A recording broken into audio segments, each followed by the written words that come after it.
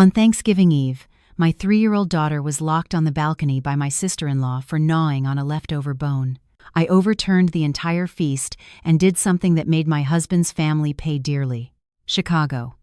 Thanksgiving Eve this year was bone-chillingly cold. The news said the outdoor temperature had dropped below 30 degrees Fahrenheit, with gusts of wind from the north rattling the window panes. But that was nothing compared to the coldness in the hearts of the people inside this very home. I stood in the kitchen, my hands numb and red, still meticulously preparing the side dishes for our Thanksgiving dinner. The aroma of sage and rosemary filled the air, but it seemed no one appreciated the effort of the person creating the feast. 5 years as a daughter-in-law in the Johnson family, and not once had I experienced a truly complete holiday. I worked like a machine, my ears still catching the loud chatter and laughter from the living room. On the massive flat-screen TV, the Thanksgiving football game was at its climax, the cheers of the crowd mingling with the booming laughter of my husband, David. My mother-in-law, Sharon, sat enthroned on the imported Italian leather sofa that I had paid for, shelling pistachios and chatting loudly. Beside her, my sister-in-law Megan was sprawled out, scrolling on her phone while ordering her son, Tyler, to fetch her a soda. My husband, David, was busy bragging to his older brother, Ryan, about his holiday bonus, a sum that wasn't even a tenth of my actual income. Not a single person bothered to come into the kitchen to see if I needed help. To them, the youngest daughter-in-law serving the entire family was as natural as the sun rising in the east. I suppressed a sigh and carried the large, steaming tureen of gravy to the dining table, placing it on the warmer.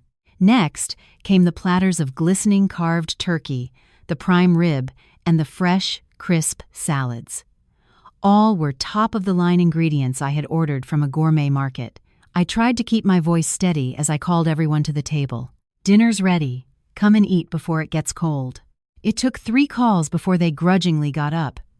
Megan sauntered to the table, glanced at the lavish spread, and curled her lip in disdain. "Why so little shrimp this year, Chloe? You know my Tyler loves lobster. Are you being cheap? These little shrimp are hardly worth peeling." I gripped my fork tightly, suppressing the simmering anger. I replied calmly that the lobster was sold out everywhere, and I had to go to 3 different markets just to find these fresh jumbo shrimp. Sharon chimed in with a sneer, her voice dripping with acid, accusing me of being rich yet stingy, calculating even with her precious grandson. She then eagerly piled the best cuts of meat onto Tyler's plate, cooing over him as if he were a little prince. The family gathered around the table. The clinking of silverware and the sounds of slurping filled the room. David poured wine for his father and brother, his face flushed as he toasted to a prosperous new year. I pulled a chair to a corner of the table, my usual spot as the designated server. Out of habit, I glanced at my daughter's high chair, ready to feed her, but the chair was empty. My heart skipped a beat. I scanned the dining room and then the living room, but Sophie's small figure was nowhere in sight. Sophie was only 3, a very well-behaved girl who would usually be playing with her toys on the rug or clinging to my leg by this time. Her unusual silence made my stomach churn with anxiety. I turned to my husband, my voice trembling with worry. "David, where's Sophie? I can't find her." David, busy clinking glasses with his brother, waved a dismissive hand. "She probably ran off to Grandma's room or is playing with Ryan and Megan. Kids run around, you worry too much. Sit down and eat while it's hot." Sharon clicked her tongue, chewing on a piece of turkey. "That girl is always so quiet and stubborn. She's probably curled up in a corner sleeping somewhere. Leave her be so the men can enjoy their drinks. You act like your daughter is made of gold." Her words were like a splash of icy water to my face, but a mother's intuition told me something was terribly wrong. Sophie had never hidden herself away like this during mealtime, especially since she was afraid of the dark and the loud noises from the TV. I couldn't sit still any longer. I pushed my chair back, ignoring the annoyed glares from everyone, and rushed to find my child. This luxury condo was nearly 2,000 square feet, a gift from my own parents before my marriage. I knew every corner of it. I burst into our bedroom, flicking on the lights, tearing apart the bedding. She wasn't there. I ran to Sharon's room, then to the guest room where Ryan's family was staying. All empty. "Sophie! Sophie, where are you?" I screamed, my desperate calls echoing through the spacious home. The only reply was the blare of the TV and the carefree laughter from the dining room. No one cared. No one got up to help me search. They continued to eat and drink, treating my panic as a holiday nuisance. I checked the bathrooms, the closets, under the beds, my heart pounding against my ribs. Nothing. Absolutely nothing.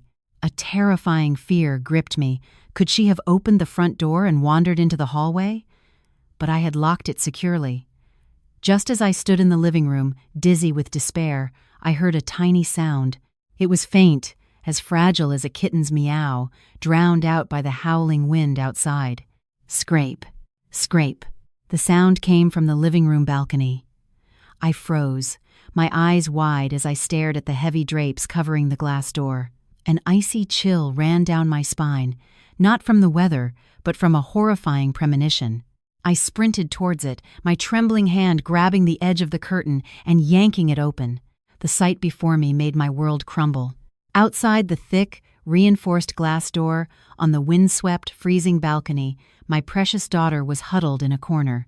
Sophie was wearing only a thin t-shirt and a pair of old, short sweatpants.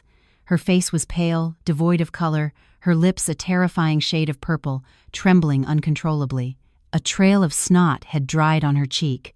She was using her tiny, red, frost-bitten fingers to scratch at the glass. Her tear-filled eyes looked at me, pleading and terrified. Outside, the night was pitch black, the wind shrieking with the full force of a Chicago winter. The temperature now was surely no more than 28 degrees. An adult in a thick coat couldn't last 10 minutes out there, let alone a 3-year-old in flimsy clothes. My baby! I let out a heart-wrenching scream, fumbling with the latch to throw the door open. But it was locked from the inside. This type of deadbolt was sturdy. A child could never lock herself out. Someone had deliberately locked my daughter out there. I panicked, my hands shaking so badly I couldn't turn the lock. Tears streamed down my face, blurring my vision. Outside, Sophie seemed to be losing consciousness. She slid down the wall, still clutching something to her chest, her eyes fluttering shut. "Open it! Open the damn door!" I screamed in desperation, pounding on the glass. Panic erased all reason. I whirled around to look at the dining table, where those people were still cheerfully raising their glasses. Rage erupted within me, hotter and more violent than ever before. I stormed into the kitchen, grabbed a paring knife and ran back out, but I didn't need it. Just then, Megan emerged from the dining room, a half-eaten turkey leg in her hand, a smirk on her face as she saw me banging on the glass. "Geez, what's all the racket? You'd think the building was on fire. She's only been out there for half an hour. A little cold wind won't kill her." I whipped around to face her, my eyes blazing like a wounded animal's. "You locked my daughter out there.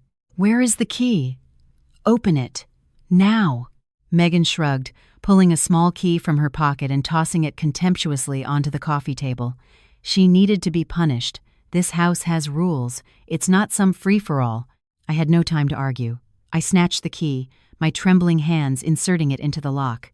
Click. The deadbolt slid open. I shoved the glass door aside and rushed onto the freezing balcony. The wind cut through me like a knife. I scooped up my daughter's tiny, ice-cold body. Sophie was limp, her body racked with faint convulsions. I tore off my own wool cardigan, wrapped her in it, and carried her back into the warmth. The warmth of the living room seemed unable to penetrate the chilling cold radiating from Sophie's small frame. I held her tight, rubbing her limbs, breathing warm air onto her face. Her lips were blue, her breathing shallow, her eyes closed. But her small hands were still clenched tightly around something, refusing to let go. I gently pried open her purple frozen fingers. When I saw what she was holding, my tears fell like rain, my heart aching as if being sliced by 1,000 knives. It was a turkey bone, a large, bare leg bone that had been picked clean of all meat. It was one of the bones I had used to make the broth for the gravy, which I had set aside to throw away. And my daughter was clutching it like a treasure. On the bone were the tiny imprints of her baby teeth, where she had tried to gnaw off the last remaining bits of sinew. Why? Why was my daughter reduced to gnawing on a discarded bone?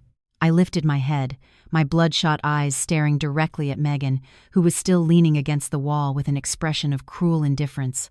Sharon and David had also come out to the living room, annoyed that their meal had been interrupted. "Megan, you explain this.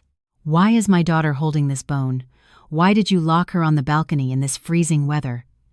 I hissed each word, my voice filled with pure hatred.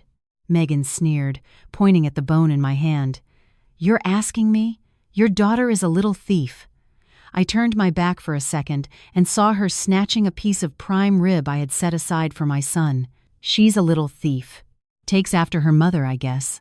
I looked at the bare bone in my hand, then at the feast of prime rib, shrimp, and turkey on the table. My throat felt tight. "Stealing? You call this discarded bone Tyler's food? While your son dines on prime rib, my daughter gets called a thief and locked outside to freeze for holding a bone I was going to throw away?" Sharon, seeing me raise my voice at Megan, stomped over, hands on her hips, defending her favored daughter-in-law. "You shut your mouth! Your sister-in-law is teaching her a lesson. It's normal. It's just a bone, and you're making a scene, ruining the holiday spirit. Sophie is spoiled and greedy. She needs to be disciplined. If you keep coddling her, she'll grow up to be a common criminal and shame this family." I turned to David, my husband, the father of my child. I hoped he would say something, anything, to show he cared that his daughter was turning blue from the cold. But he just frowned, his face a mask of annoyance. "Chloe, cut it out. She's fine. Just rub some warming oil on her." Megan meant well. "It's Thanksgiving Eve. Don't upset Mom and Dad. Take Sophie to her room, then come back and clean up so we can finish eating." David's words were the last straw, shattering the final shred of hope I had for this family. To them, my daughter was worth less than a pet. They tortured her, nearly killed her with the cold, and then casually dismissed it as discipline. All my years of patience, sacrifice, and endurance, what had they earned me? Contempt, cruelty, and a profound, soul-crushing indifference. I looked down at Sophie. She was starting to run a high fever, her breath hot against my neck, but her body still shivered violently. I knew if I continued to endure this, my daughter and I would wither away in this domestic hell. Slowly, I stood up.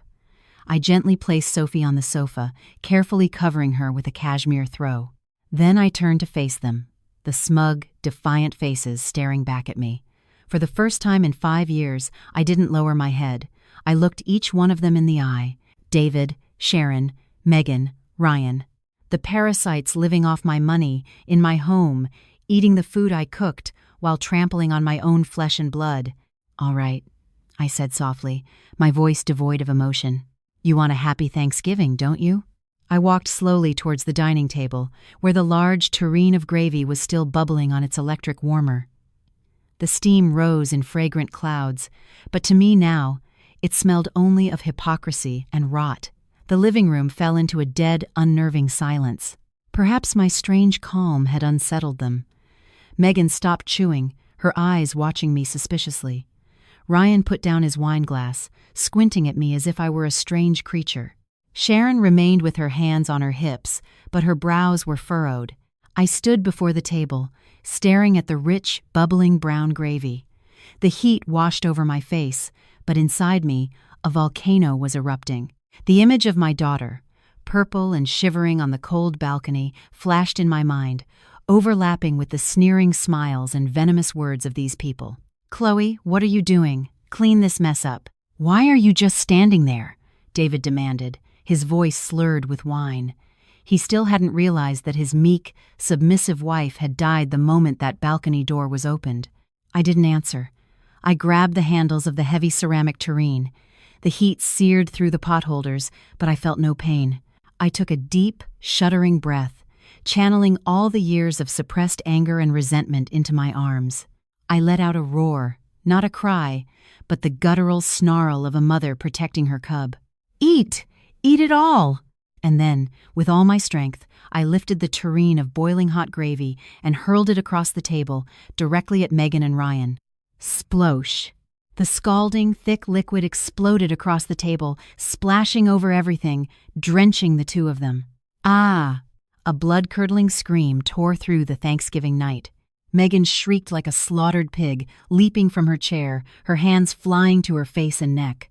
Ryan howled in agony as the hot gravy soaked through his thin shirt, scalding his skin. The room descended into chaos. Plates, glasses, and wine bottles were sent flying, shattering on the floor with a deafening crash. Gravy dripped from the expensive oak table onto the Persian rug.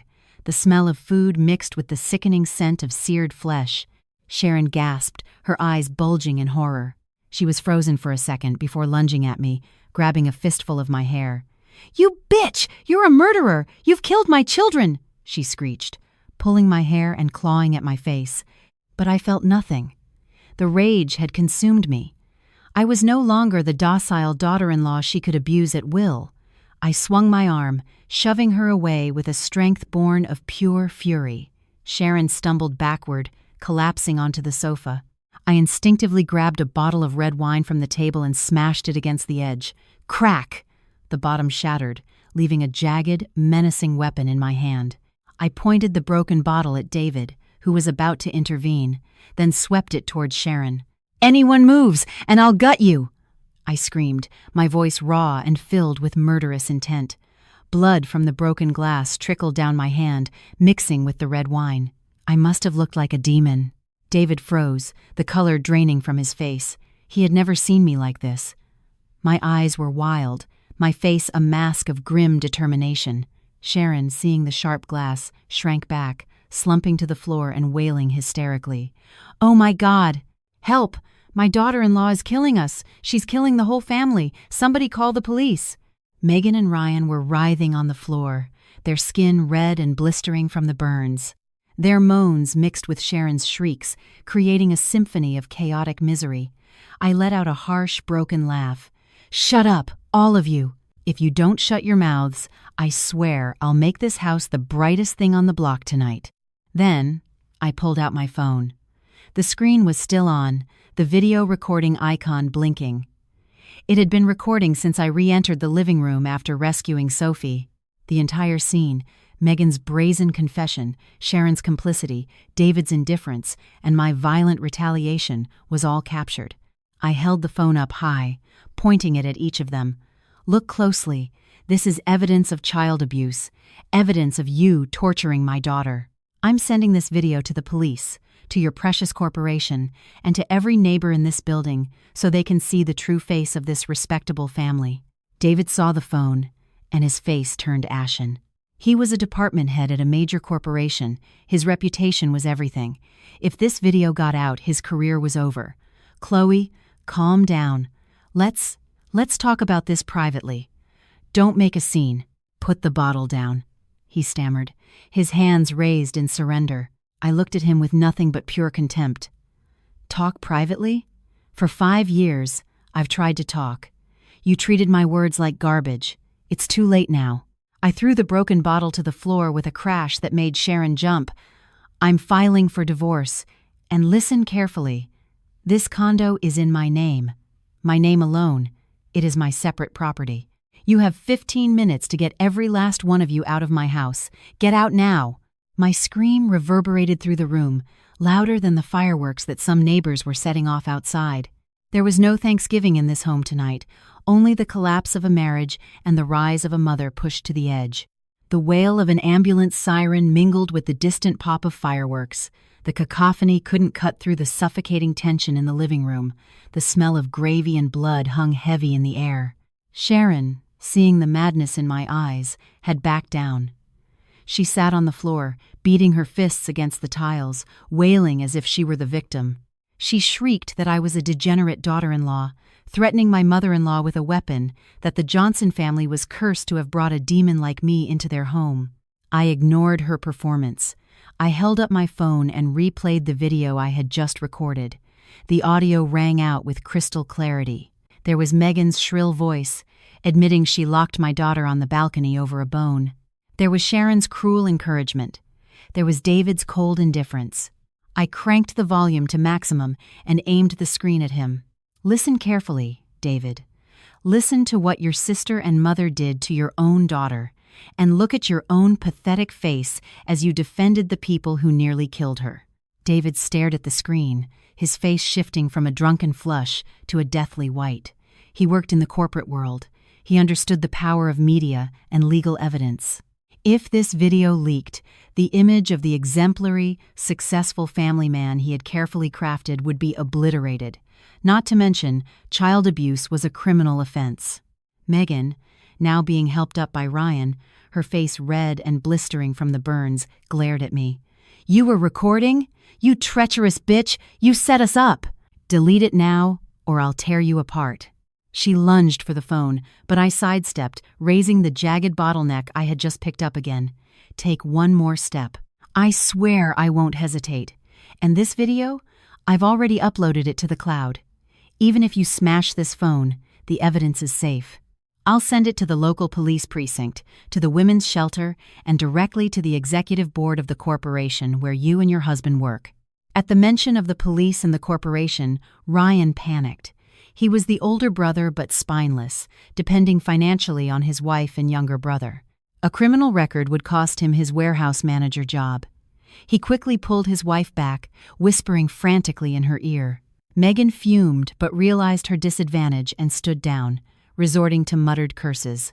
David took a deep breath, trying to regain his usual composure. He stepped forward, his tone shifting to one of placation. "Chloe, honey, calm down. This is a family matter. Why do we need to involve the police or our jobs? It's embarrassing. Mom and Megan know they were wrong. Delete the video, and I promise I'll make it up to you and Sophie. It's the holidays. Let's not blow this out of proportion." I laughed, a bitter, contemptuous sound. "Make it up to me? With what? Your indifference? Your empty promises? Let me tell you something, David. Everyone has a breaking point. Tonight, you all trampled over mine." I looked him straight in the eye and declared, word by word, "I am filing for divorce. The papers will be at the courthouse the day after Thanksgiving. As for this video, it will be my evidence in court to get full custody and to press charges against your family for abuse. You are in no position to negotiate with me." Hearing the word divorce, Sharon shot up as if scalded. She pointed a trembling finger at me. "Who do you think you're scaring? You think my son won't find another wife without you? An ungrateful woman like you can get lost. But you go alone. Don't even think about taking a single penny from this family, and don't you dare try to take my grandson." I looked at her with pity. She still didn't understand her position in this house. "Don't worry, I'm leaving," I said, "but it's not me who's leaving this house. It's all of you." The air in the room froze. Megan, clutching her burned face, let out a derisive snort. "What did you say? Kick us out? Are you insane or just delusional? This is David's house, your husband's. A wife follows her husband. You married him, so this house is his. What right do you have to throw his mother and brother out?" David also frowned, annoyed. He thought I was just being dramatic to gain leverage. He puffed out his chest, affecting the tone of the man of the house. "Chloe, don't go too far. Your parents may have helped with the down payment, but I'm the husband, the head of this household. My family are honored guests for the holiday. Kicking them out is disrespectful and cruel. Do you want people to laugh at me?" I was done arguing with these shameless people. I turned, walked into the bedroom, and opened the safe. I pulled out a hard-bound folder.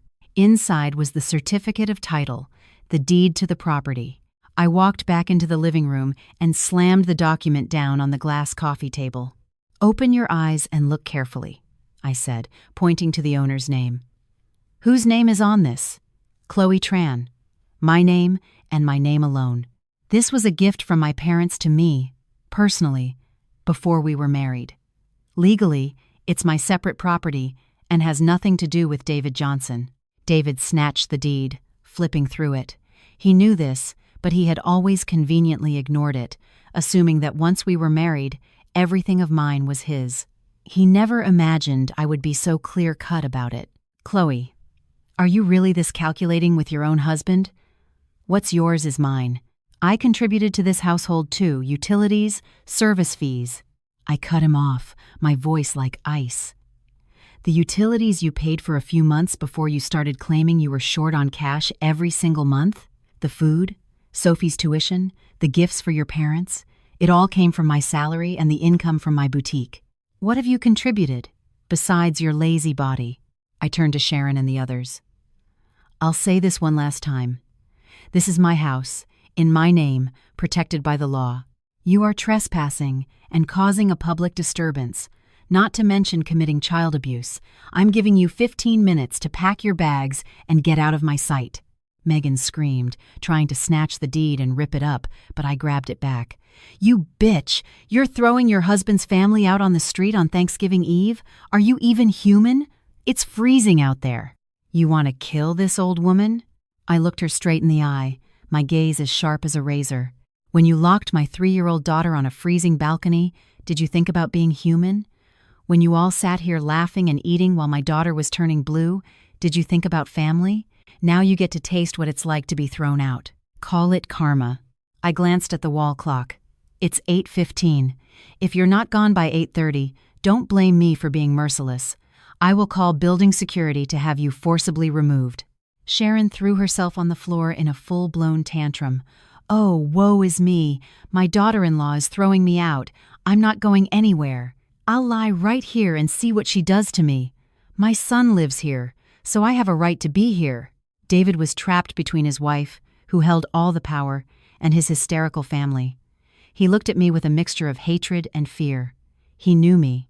Normally, I was gentle and patient, but once I made a decision, nothing could change my mind. I didn't say another word. I walked to the sofa and picked up Sophie. She was still burning with fever. I needed to get her to the hospital, but first, I had to take out the trash. 10 minutes, I said flatly, then pulled out my phone and dialed my brother's number. My in-laws remained defiant. They believed I was bluffing, that I wouldn't dare escalate things on such a sacred holiday night. Megan even sat back down and started cracking pistachios, challenging my patience. Sharon lay on the sofa, pretending to have fainted. David paced back and forth, chain-smoking and filling the room with a choking haze. "Hello, Ethan. Can you send a few of your guys over to my place? It's an emergency." "Yes, to help me clear some things out." I hung up, looking coldly at the pathetic actors before me. Ethan was my older brother, a successful entrepreneur in construction and logistics. He was known for his short temper, his fierce love for me, and his absolute hatred of hypocrisy. Hearing the distress in my voice and the chaos in the background, he understood immediately. He and his on-site security team were only a few blocks away. 5 minutes later, the doorbell rang insistently. I opened it. Ethan stood there, his face a thundercloud, with 4 large, muscular men in black security uniforms behind him. "Chloe, what's wrong? Where's Sophie?" Ethan strode in, taking in the scene of chaos, spilled gravy, broken glass, and the disheveled in-laws. When he saw Sophie, limp and pale in my arms, his rage exploded. "What did you do to my niece?" Ethan's roar was like thunder, making the entire Johnson clan flinch.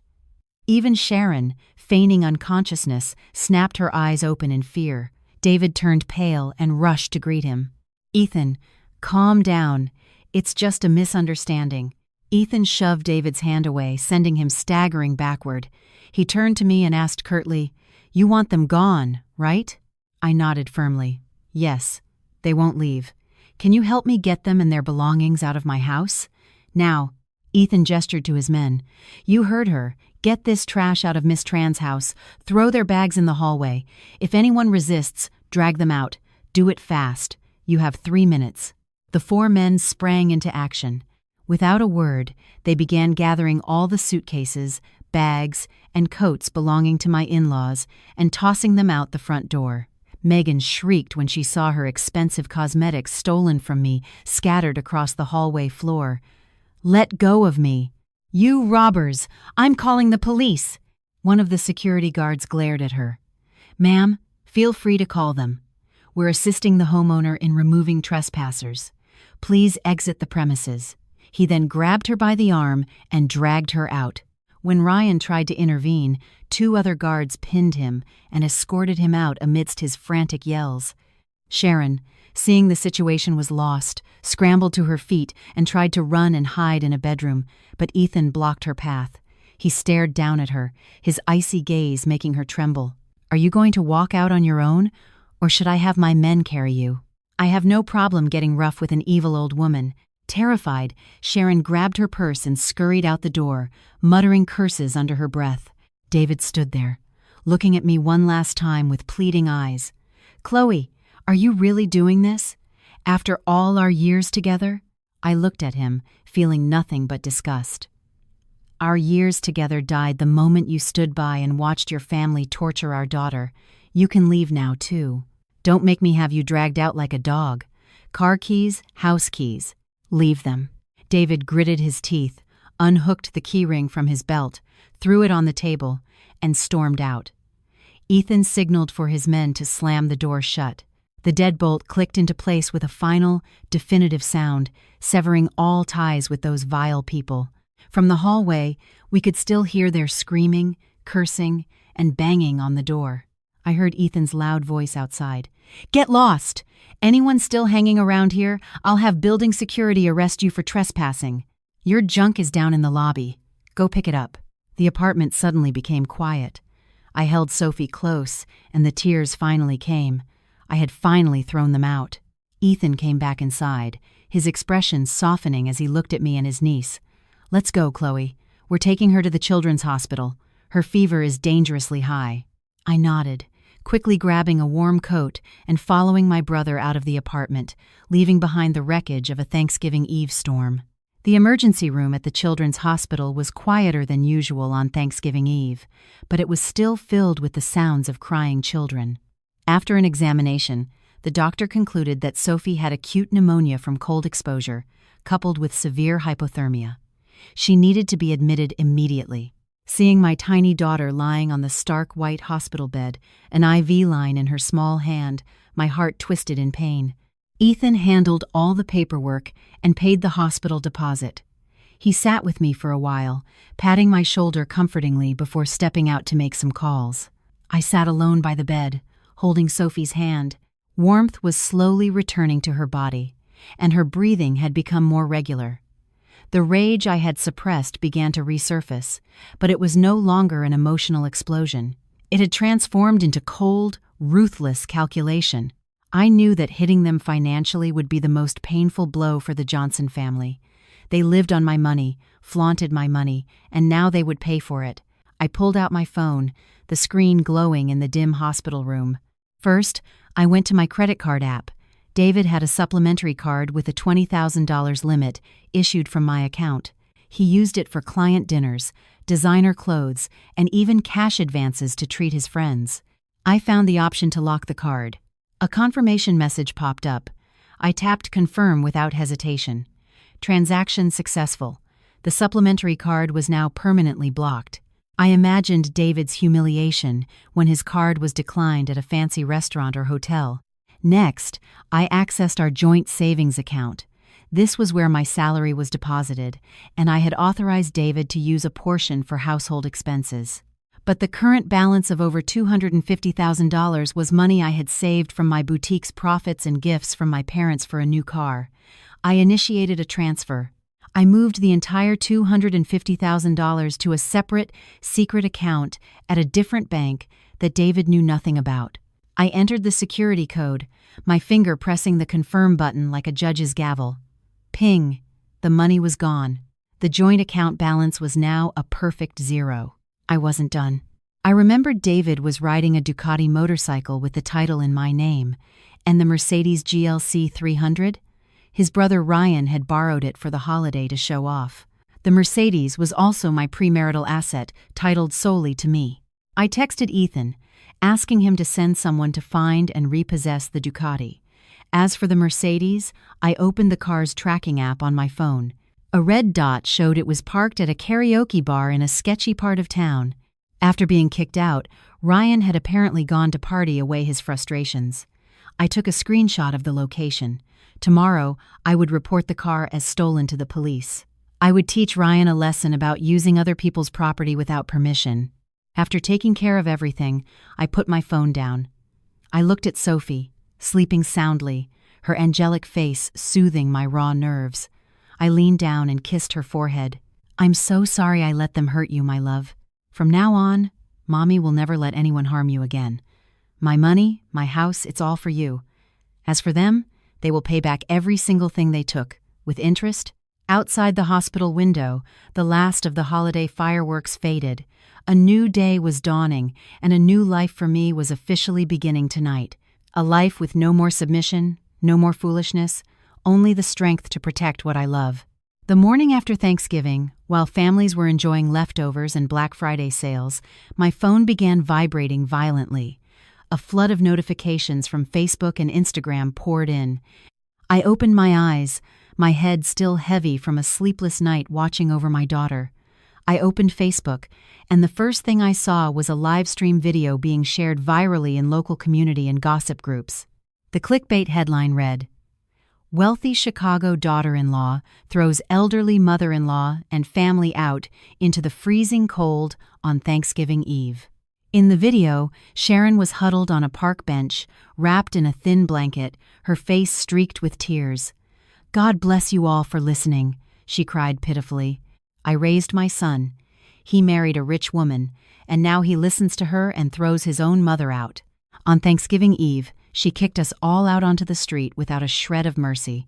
My 6-year-old grandson thrown out into the cold. It's so cold. I'm an old woman. It doesn't matter if I live or die. But my poor children. My poor grandson." Megan sat beside her, her face swollen, sobbing and adding fuel to the fire. "My sister-in-law thinks her money makes her better than us. She hates that we're not rich. My son accidentally broke a plate, and she beat him and then threw a whole pot of boiling gravy on me and my husband. Look at my face. It's all burned. She's a monster, not a human being." In the comments, a mob of strangers who didn't know the full story were tearing me apart. "What a disgusting, evil woman. Karma will get you. Rich but heartless. Hope you rot. That poor old lady. My heart breaks for her. Someone needs to teach that witch a lesson. We need her info. Let's go pay her a visit." I scrolled through the venomous comments without a flicker of emotion. I knew their game. They thought they could use public pressure to force me to back down, to come crawling back with money, begging for forgiveness. They were dead wrong. In this day and age, evidence is everything. I calmly composed a long post on my own public profile. I titled it simply, "The Truth About Thanksgiving Eve, The Last Straw." I didn't whine or play the victim. I wrote a clear, concise timeline of events, from my solitary holiday preparations to the discovery of my daughter locked on the balcony, the family's reaction, and the reason I threw them out. I attached 3 pieces of irrefutable evidence. First, the video clip from the security camera in my living room. I had secretly installed it a month ago to monitor a housekeeper, never imagining it would be used to catch my in-laws. The video clearly showed Megan dragging Sophie onto the balcony and locking the door, and the whole family laughing and eating while my daughter banged on the glass. Second, the video I recorded on my phone, where they confessed to punishing my daughter over a bone and where Sharon threatened me.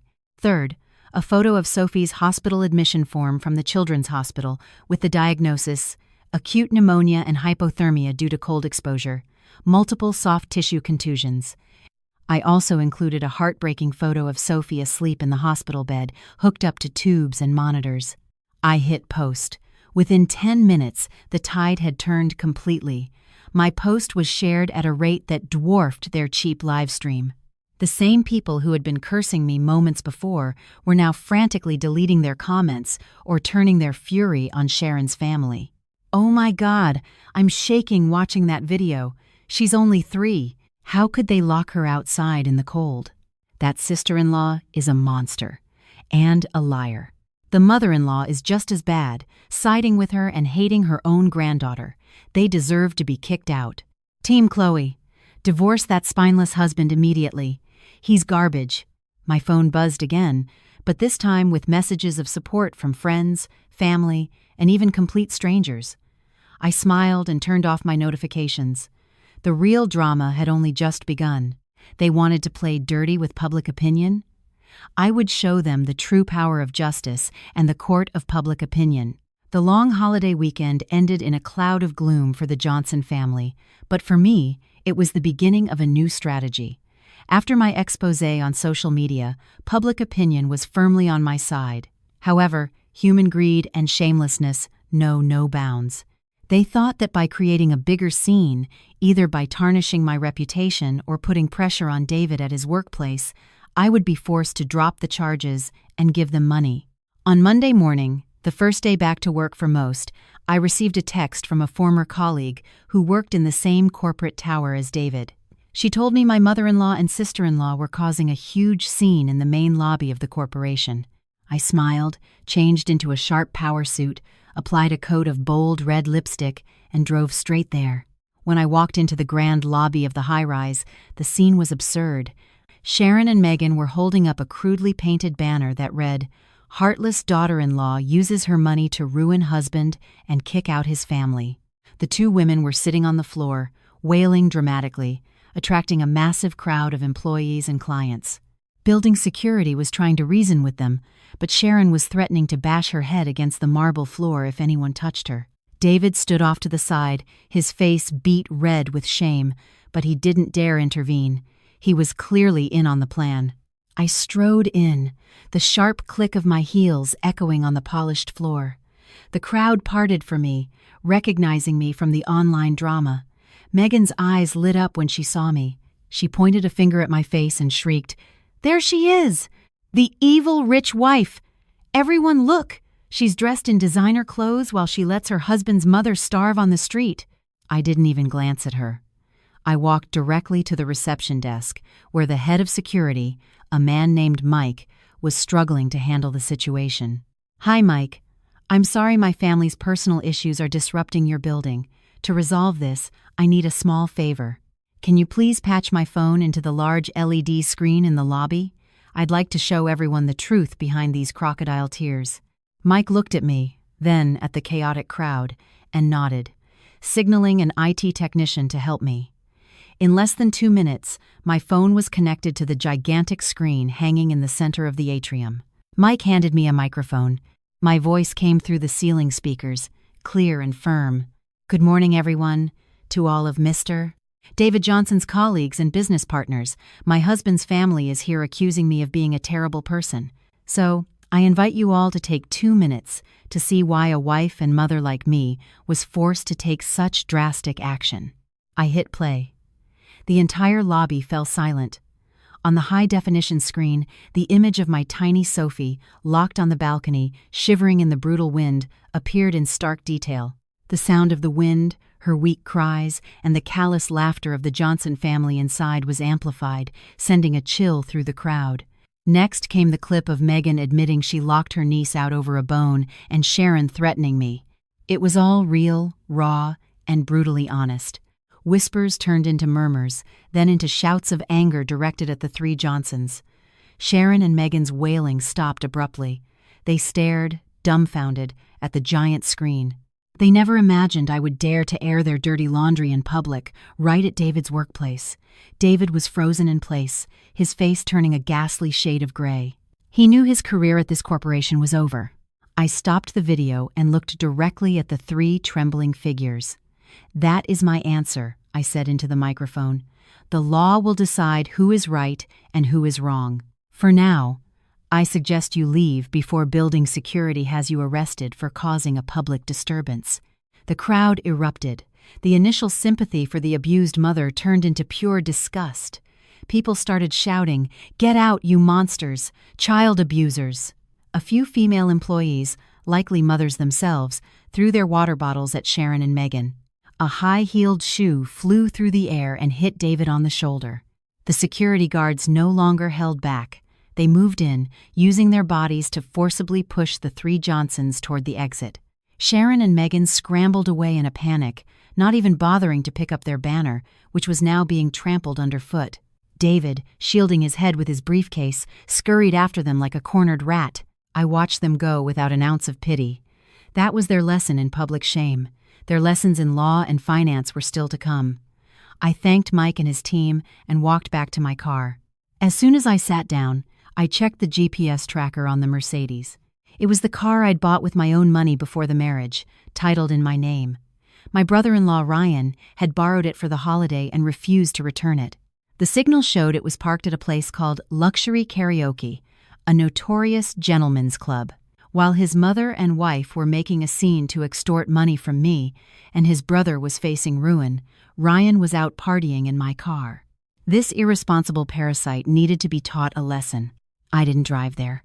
I drove straight to the police precinct in that district. With the original title, my ID, and a firm resolve, I filed a report that my vehicle had been stolen and was being used without my permission. The police took the report seriously. After verifying the GPS location and my statement, a team of 3 officers asked me to accompany them to the location. On the way, I imagined the look on Ryan's face. He always acted superior, the big brother, thinking he could bully his meek sister-in-law. He forgot that the car represented my hard work, and the law protects the name on the title, not the freeloader who borrows it. The police cruiser pulled up in front of the club. My white Mercedes was parked right out front. There was a long, fresh scratch along the side. The sight of my prized possession being damaged sent another surge of anger through me. An officer signaled for me to wait while they went inside. 10 minutes later, a group was escorted out. Leading them was Ryan, his face flushed with alcohol, his shirt unbuttoned, flanked by 2 scantily clad women. He was still yelling at the club staff and the officers. "What the hell is this?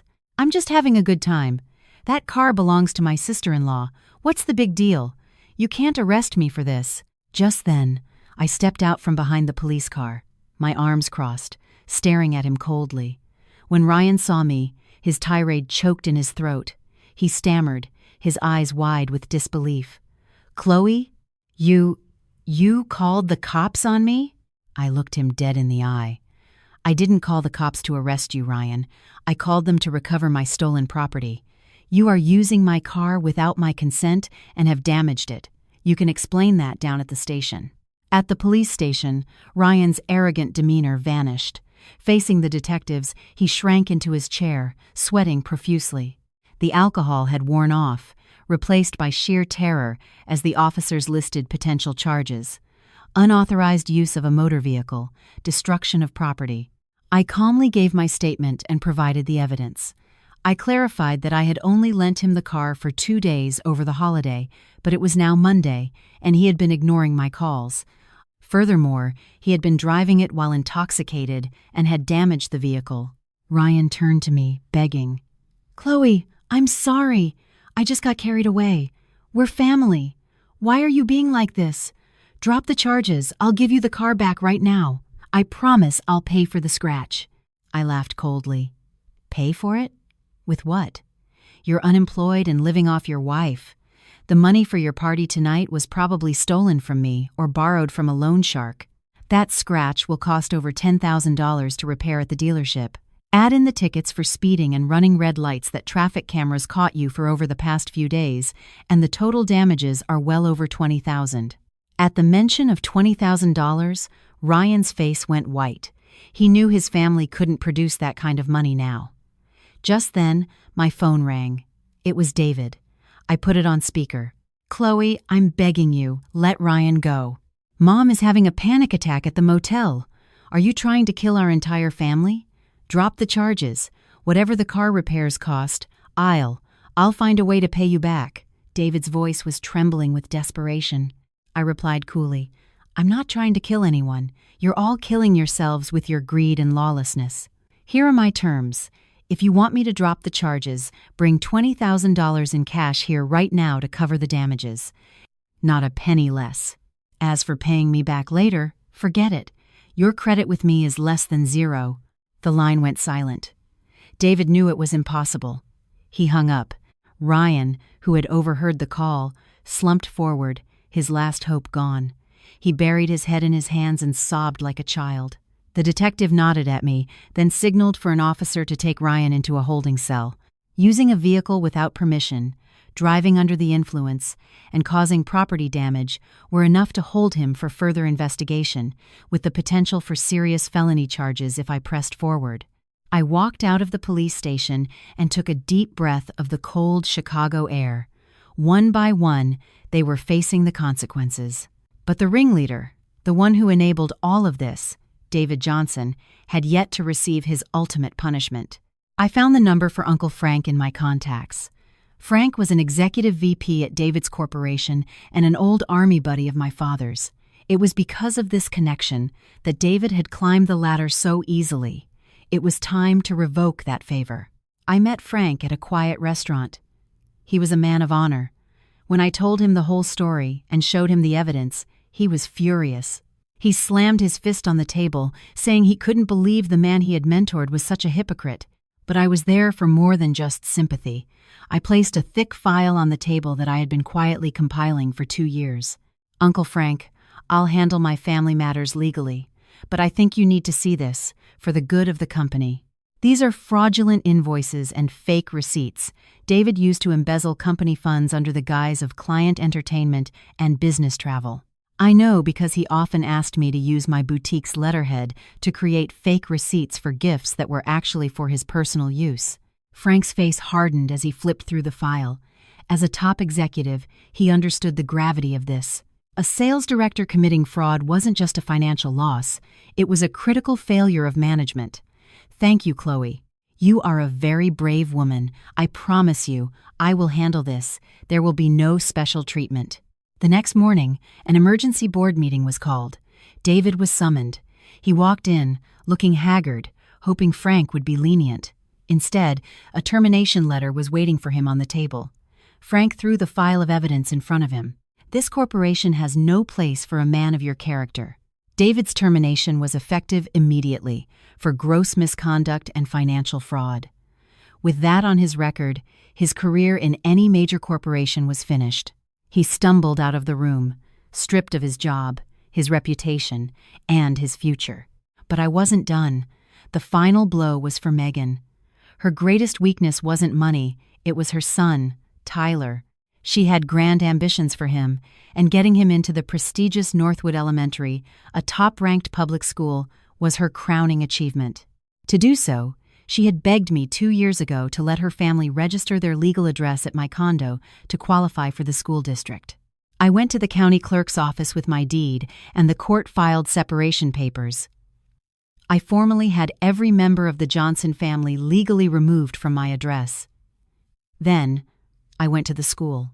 I presented the principal with the legal documents proving Tyler no longer resided in the district and was therefore ineligible to attend. The school had a long waiting list and strict residency rules. That afternoon, Megan received a call from Tyler's teacher.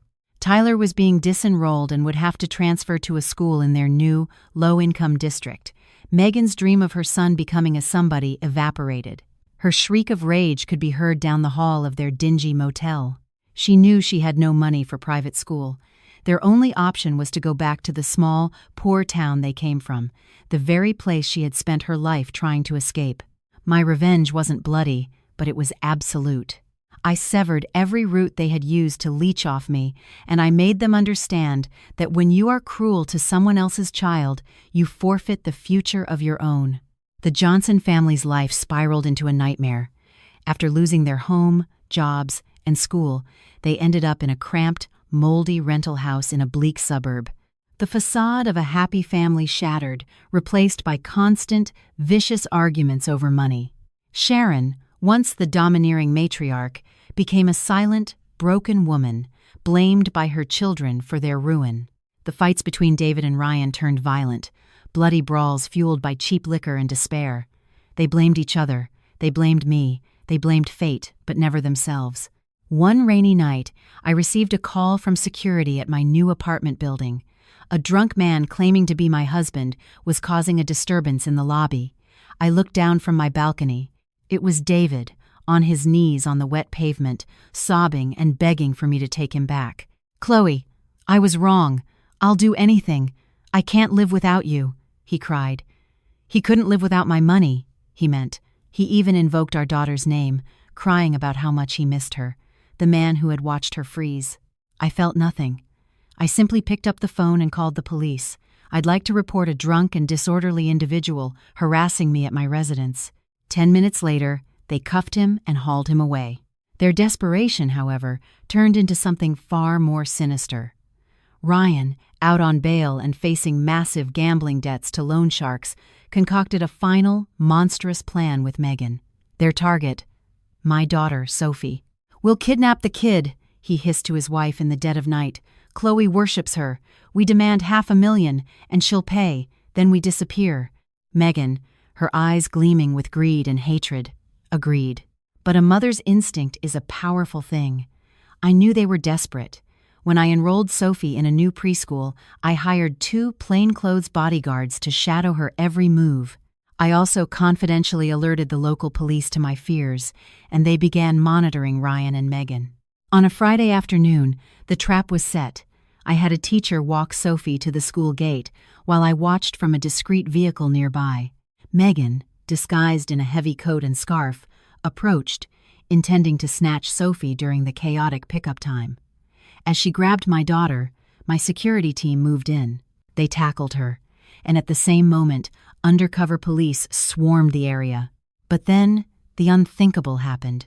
A beat-up van, driven by Ryan, plowed through the barricades, ramming into the crowd. In the chaos, Megan broke free, head-butted me to the ground, and threw a terrified Sophie into the van. They sped off. My brother Ethan, who had arrived as backup, pulled me into his rugged pickup truck.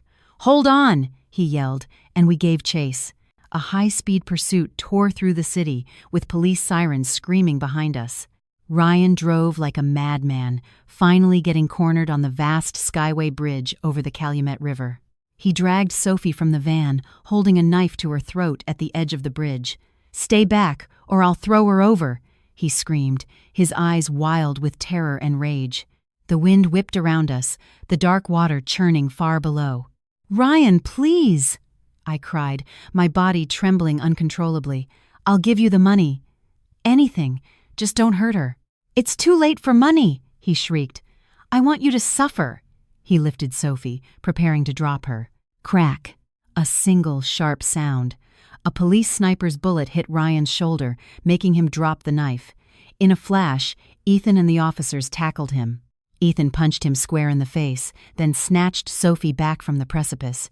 I ran and collapsed around my daughter, both of us sobbing in sheer, unadulterated relief.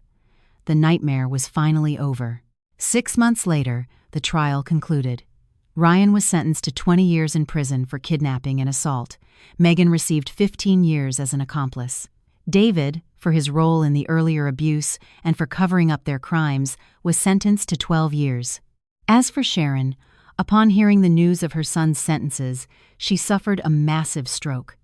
She survived, but was left paralyzed and unable to speak.